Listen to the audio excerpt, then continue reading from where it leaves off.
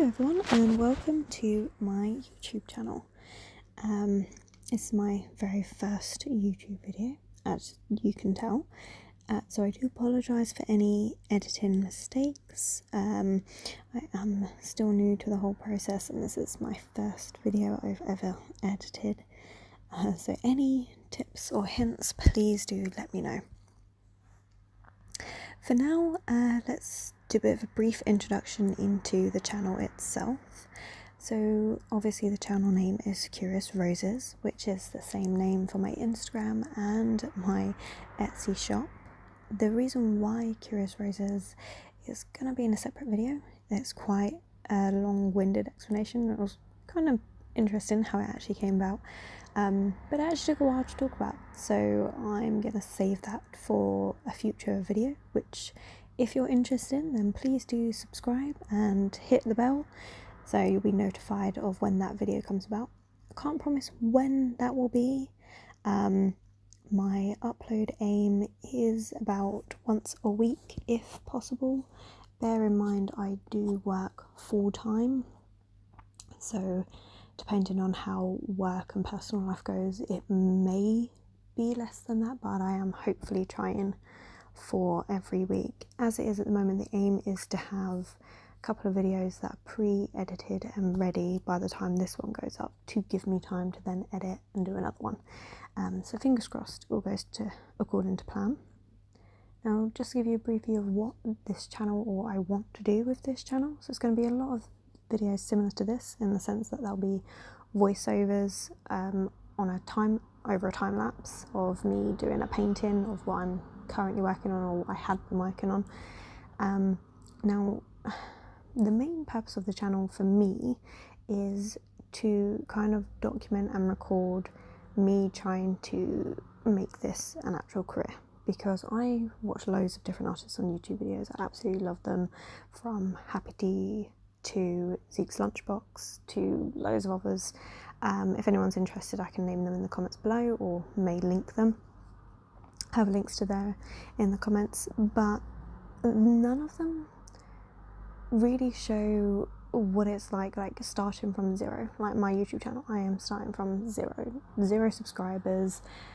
At the time of me recording this voiceover, I've got like barely 150 followers on Instagram, which is huge for me.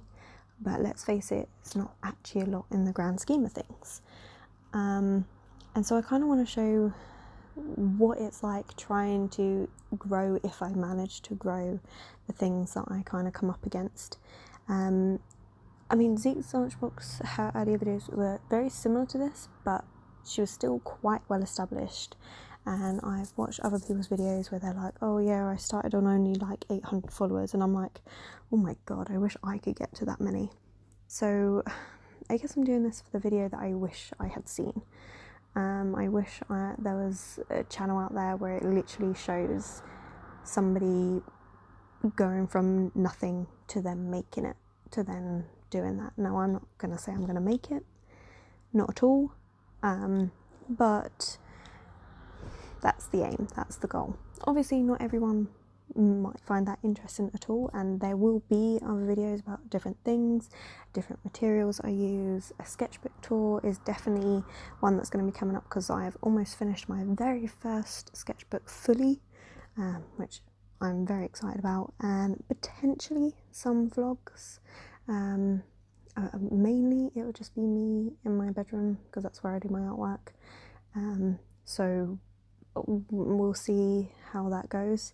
But yeah, but if anyone has any ideas or suggestions about what they would like to see, then please do let me know. I'm more than happy to go over different suggestions and things like that. For now, let's talk about this piece. So this piece is the final one in a series.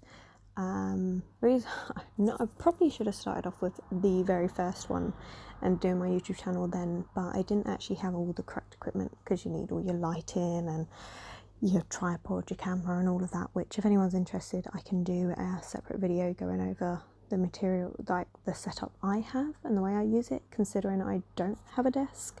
I do all of this on the floor in my room, but it works for me.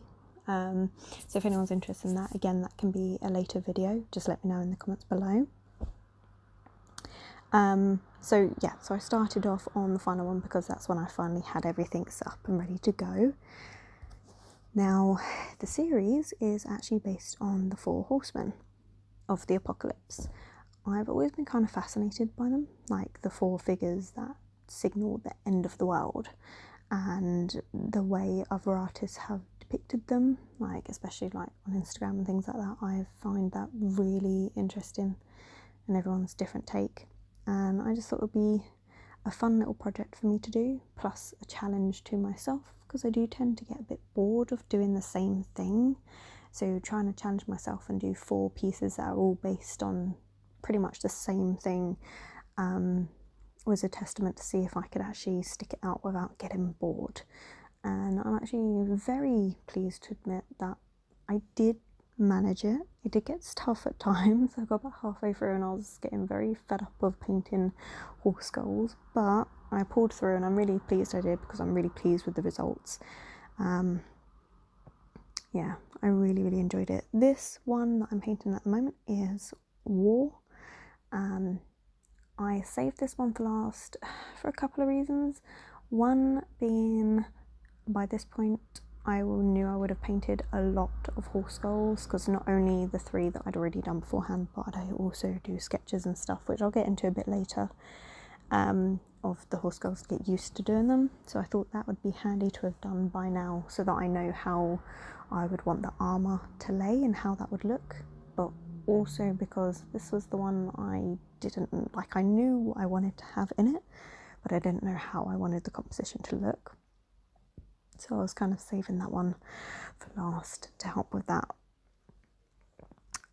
But yeah, I found a lot of the things very interesting when I was doing research on the 4 horsemen, like the fact that there are, obviously you have war, famine and death, and then the last one is named like 3 different things.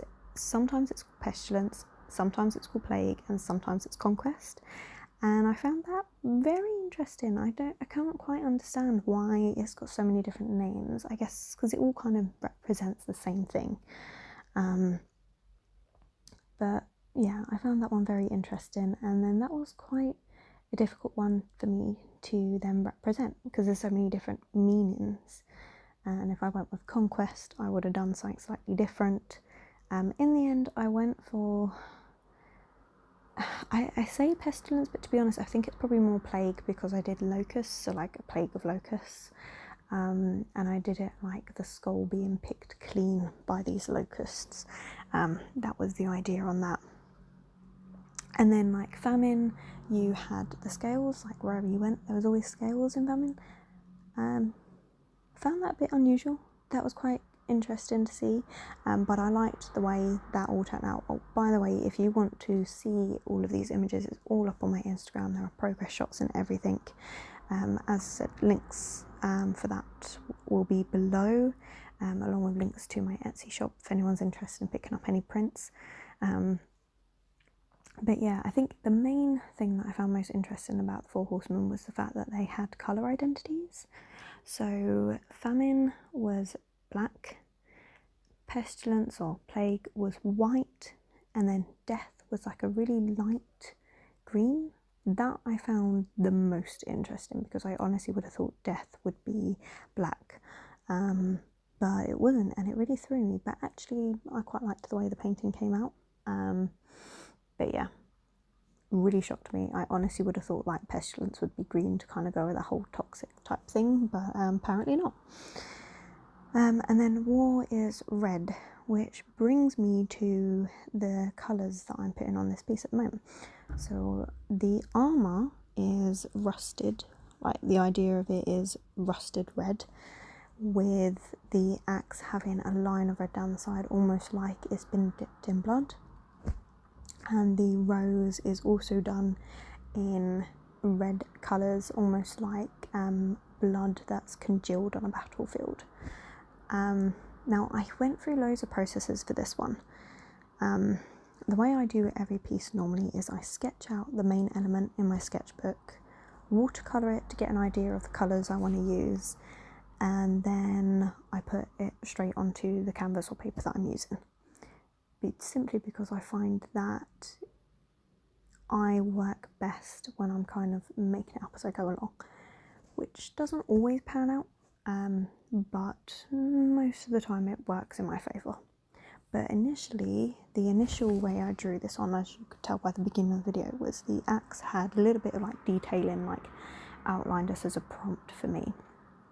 However, while I was painting it, I then decided against this because I felt it overworked the piece, like it made the axe seem too decorative rather than a tool that would be used in war. And the same kind of thing with the horse armour. So I looked up loads of reference photos for medieval armour, for horses obviously, but I didn't want it to seem brand new. I wanted it to seem rusted and used and a bit blood spattered and all of this, just to give it that feel of, you know, it's war, it's gritty, it's messy, it's not supposed to be clean cut and all of the rest of it. So in the end, I was really pleased with how it turned out. One thing I noticed while I was filming this video, which was a bit of a pain, was the lighting kind of bleached out the white of the skull. So if you want to see a better picture where that white of the skull doesn't bleach out all the details that are actually in it, then again head on over to my Instagram. Materials that are used in this piece are all listed below. I have used acrylics on canvas board. It's all really cheap. I don't have the money to be spending on it all, but again, I'll probably do a different video covering that because I think this video has gone on long enough. But thank you so much for listening to me ramble, and if you do like this video, then please do give it a like, subscribe, and hopefully I'll see you in the next one. Thank you very much.